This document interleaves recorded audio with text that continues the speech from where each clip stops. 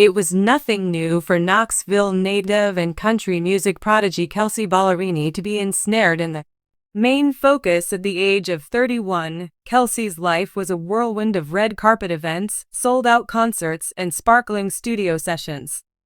However, during the summer when her schedule was free, she longed for a change. She wasn't interested in having a chart-topping single or attending a glitzy awards ceremony. Instead, she wanted to do something completely different. In a recent interview with a Nashville fitness magazine, she revealed her daring plan. She would begin participating in a new activity this summer. Despite her lifelong commitment to yoga, running, and dance, she sought a new challenge that would get her heart racing in a different way. This wasn't your average sport, it was pickleball, a strange and quickly growing paddle game that was sweeping the nation. It all started when Kelsea, a Nashville resident, was killing time on social media when she came across a video of the fast Vols playing pickleball. "I'm all about trying things that scare me a little," she claimed to the magazine, her distinctive dimpled smile flashing across her face. The game seemed like a mix of tennis, badminton, and pure good times, what with all the harsh smacking of the paddle and the laughter that happened in between points.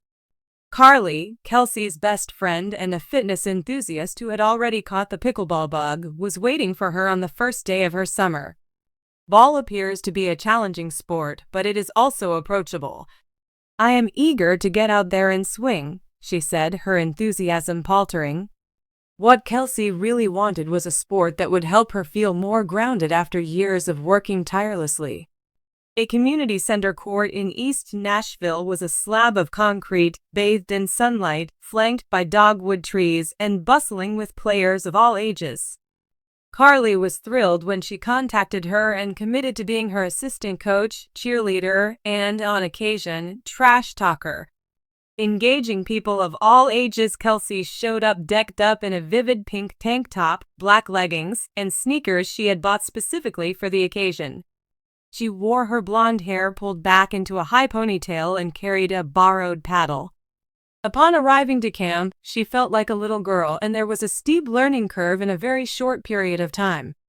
While the game of pickleball required quick reflexes and strategic thinking, Kelsea found it surprisingly easy to play due to the small court and straightforward rules. Keep the ball within the boundaries, avoid the kitchen zone near the goal, and score 11 points. However, her first few swings were erratic, and the ball either hurtled into the fence or pitifully trickled into the net. Carly, renowned for her patience, taught her the basics, including the soft serve, the dink shot, and the power of a properly executed lob. "I'm afraid you're giving it too much thought, Kels," Carly stated while laughing. Kelsea never once backed down from a challenge. Her career had grown from busking on Nashville's Lower Broadway to headline arenas, and now she was taking pickleball to the next level. She played with the same intensity as before, putting in her daily workouts and displaying her fierce competitive spirit. In the courtroom, she found a sanctuary where she could simply be herself, rallying with Carly and other locals. Instead of Grammy-nominated musician Kelsea Ballerini, there was the inexperienced Kelsea who was trying to keep from tripping over her own feet. Kelsea enjoyed the burn in her quadriceps, the perspiration on her forehead, and the satisfying snap of a clean strike. She also had a profound fondness for the East Nashville neighborhood and court. It was a gathering spot for folks of all ages, from young hipsters to elderly folk to kids who would swap anecdotes and helpful hints. Between games, Kelsea was utterly engrossed in her new carbon fiber paddle, which had an ergonomic grip that felt like an extension of her hand. She had upgraded to her own paddle and was also starting to notice physical changes, like her core being more engaged, her arms being more powerful, and her agility being more acute. For someone whose mind was always racing with tunes, deadlines, and expectations, being in that person's company was a blessing. It was like high-intensity interval training on pickleball, forcing her to stop thinking and focus on the present moment. Despite being in the off-season, the sport nevertheless had its fair share of challenges. Volunteer opportunities and writing sessions filled Kelsea's schedule to the brim.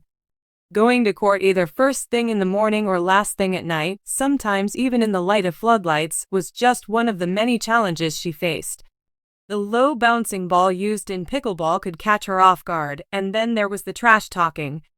Carly relentlessly tormented Kelsea, making fun of her pop star serves and challenging her to best-of-3 matches. Kelsea's wit and charm transformed their games into an entertaining rivalry rather than a test of skill. As the summer went on, Kelsea learned about the Nashville Paddle Bash, a local pickleball tournament that was open to amateurs and aimed at raising funds for a juvenile music program. Carly suggested they form a doubles team and gave them the nickname Dink Davis. Participating in a sport that Kelsea had only just learned was like walking onto a stage without a script. Despite her anxiety, she couldn't resist the opportunity to showcase her skills and give back to 2 things that meant a lot to her. The Paddle Bash was a vibrant celebration of life, with the stadium packed with fans and food carts lined the park's perimeter. In their first encounter, Kelsea and Carly, who matched each other's neon visors, competed against teams with much more expertise. Kelsea's serves were erratic, and Carly's aggressive net play created gaps in the game.